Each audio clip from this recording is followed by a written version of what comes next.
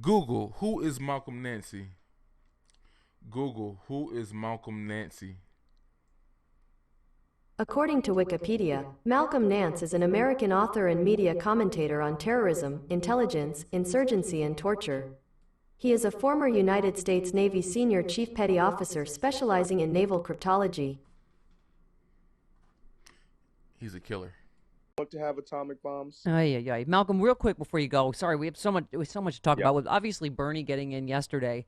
I keep saying let's not do Russia's work for them. They are obviously still. You tweeted about not all fake accounts are bots, but as you Right. say, they've jumped in for Bernie and for Tulsi Gabbard. What is your advice to us for the 2020 for the primary? Well, first off, this is a primary for Democrats. So until Bernie actually signs that document that says that he is a Democrat and not a Democratic socialist, if I'm not mistaken, Tom Perez changed the rules that Right. said that he couldn't run in the campaign. You couldn't run unless you were a Democratic Party member. So that's going to be fascinating. Yeah. But what we're finding is in the last 30 days, there's been an explosion of bots. And one of the interesting groups that have been doing it is one, which was a legitimate group of about 5 people on par with the new Black Panther Party, called ADOS. And this is African or American Descendants of Slaves. And we've recently found that this small fringe group, which is calling for trillions in reparations and that American descendants of slaves be considered different and separate from all other Africans in the American continent, African descendants, is attacking Kamala Harris, and Cory Booker is not being black enough. Aye. And we're finding that this thing exploded. And suddenly, right-wingers like Candace Owens and Ann Coulter are backing this bizarre fringe group. But remember how the new Black Panther Party was turned into the MS-13 of the 2016 election? Yeah. This is what's happening out there. There are foreign enemies who have American allies who are out to destroy this next election. The stakes are very high. You have to reject it when you see it, report it, and block it. Yep. All right, Malcolm. Great stuff. We're late as usual. Thank you, sir, for your service to America and to the Stephanie Miller Show. More importantly, thank you. Wow. So your boy Malcolm Nancy went on some liberal YouTube show, I guess. I don't know if she's a radio show host or not. Some lesbian liberal. He went on her show to discuss more Trump is owned by Russia and the Republicans are letting Trump get away with treason, and also he's blaming a lot of you black ADOSers for being colluding with Russia. Before I get into this bag, if you go look at, because I did the video already about him and Roland Martin, and it's funny how Roland Martin tried to play like he's not on anybody's side and he's not tap dancing on that Democrat plantation either. But Malcolm straight up said the words that ended his credibility. He said about us being Democrats. He's specifically black people. And in this white liberal space, he was allowed to just say that freely. So it's obvious he has an angle. Of course, he's trying to sell books. But he straight up just said in this interview, like, us Democrats need to do X, Y, Z. So you know where he stands. He is the spook that sat at the Democrats' door. That's who he is. But if you go listen to the interview with Breakfast Club with Van Jones, which I thought was almost a perfect video dialogue until he started caping for illegal immigrants and whatnot. But he's in an IR situation, kumbaya, multiculturalism, LBGT, all that. I understand why he's in that bag, but the interview was cool until he started caping for illegal immigrants. But in that interview, listen to what he said about Hillary Clinton, Bill Clinton, and y'all creepy ass Uncle Joe Biden that y'all act like y'all like him too. And he kept it 100. And I'm trying to understand, Malcolm, when he did the interview with Roland, accused black folks of being bamboozled or tricked into saying things about Hillary and the Clintons that weren't true. But everything that Van said is what we were saying. Van is definitely not colluding with Russia, right? He's a Democrat himself. He's going hard in the paint. He worked with the Obama administration. So what exactly are we spewing that's not true about Hillary that Van didn't say in 5 minutes in that Breakfast Club interview? But anyways, back to the spook who sat by the Democrats' door. So I'm gonna leave the clip. You can watch it for yourself. But this dude went on this chick show, started talking this nonsense about um the hacking and all that. And I'm just saying, like, for somebody who is a spy, for one, he could do his own research. He could find out the information that he's spewing is not true. I mean, like, saying that, you know, the ADOS started with like 5 people in a friends group and now it's spread, and like he's doing too much. Being who he is and what he knows and what he has access to, you know, it's like he's kind of putting targets on Yvette and Antonio Moore's back by saying the shit that he's saying. Like, she's in her mom's basement, dude. Like, she's not cooperating with Russians. Like, chill. Like, you gotta relax with that.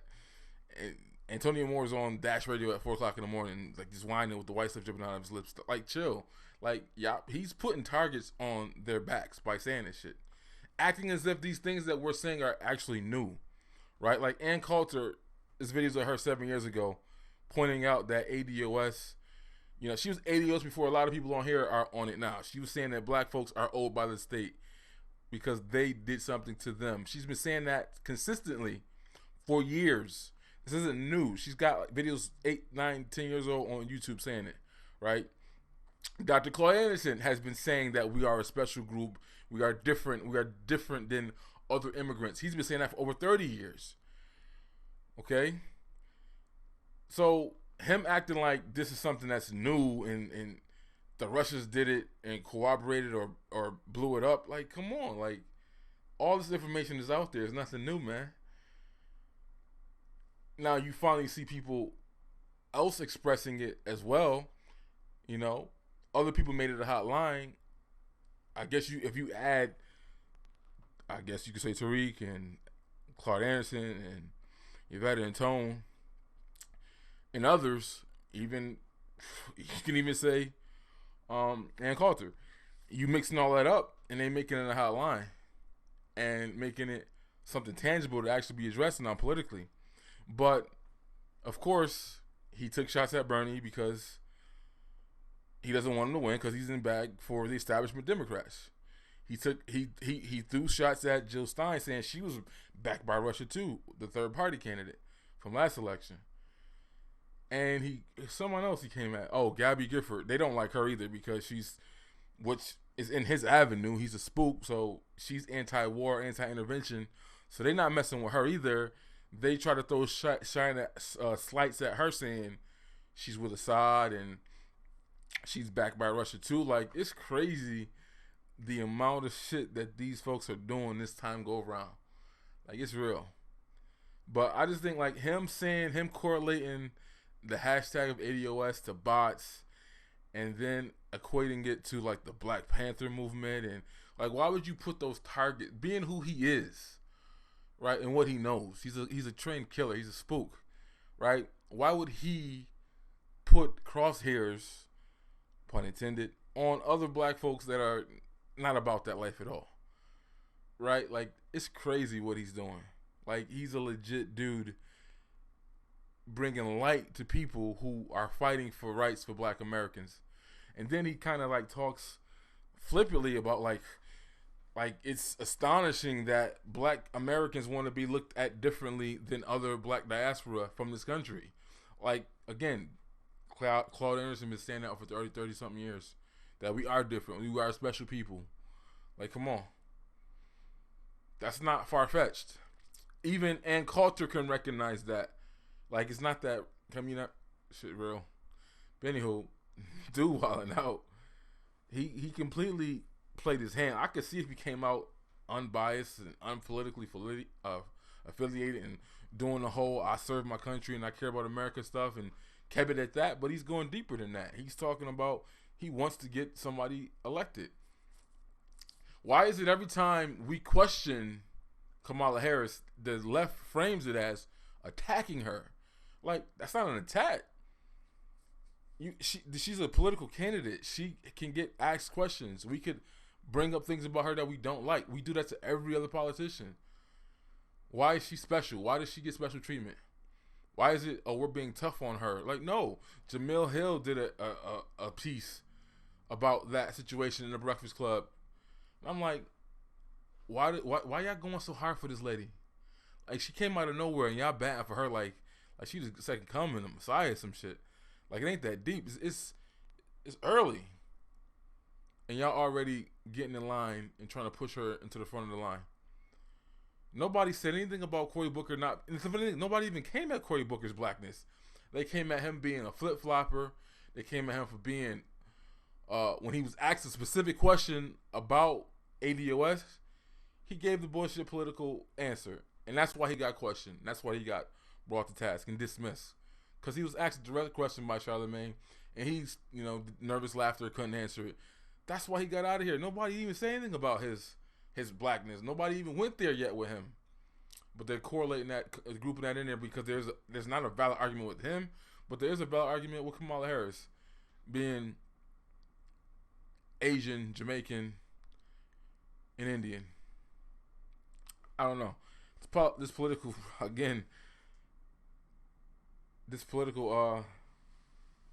process and this season's gonna be crazy. Again, this is early. Like, this has only been a month, and they running around like they heads is cut off like chickens and shit. It ain't even to the, like, when the mud starts sinking, when they start attacking each other. And I was like, what is it gonna be like when the other Democrat candidates start throwing the same dirt at each other that we're all saying now? Like, because that's gonna happen. It's gonna be a point. I don't think all these people want to be president either. Some of them is trying to get that bag. And the way Cory Booker operating, he clearly does not want to be president because he's not saying the right things. He's probably running to be a vice president, but he's not trying to be president because he's just saying too much dumb shit, talking about we need to, what he said about Norfolk and Virginia and blackface and all that shit. Like, he know damn well he not getting a black vote after saying what he said about that. But anyways, that's crazy. This dude shouldn't be trying to correlate people with the ADOS hashtag with some militant groups. You already seen what they did. The FBI put Black Lives Matter, a bunch of lesbians and gays, he put them on the identity extremist list. Like, I don't co-sign Black Lives Matter, but I'm like, was that necessary for the FBI to do that? And then, knowing how they operate, why would you even correlate ADOS with that type of a militant movement? They just talking about getting reparations for what this country did to them. That's it. Address my issues with policy. That's all they're saying. And some people are more extreme with that, and their policy is specifically reparations. But some folks just want you to address our issues with policy, period. It's a big tent. But gotta be careful with that too, man. They can easily do some false flag shit. The way he talking, some false flag stuff can happen under the moniker of ADOS.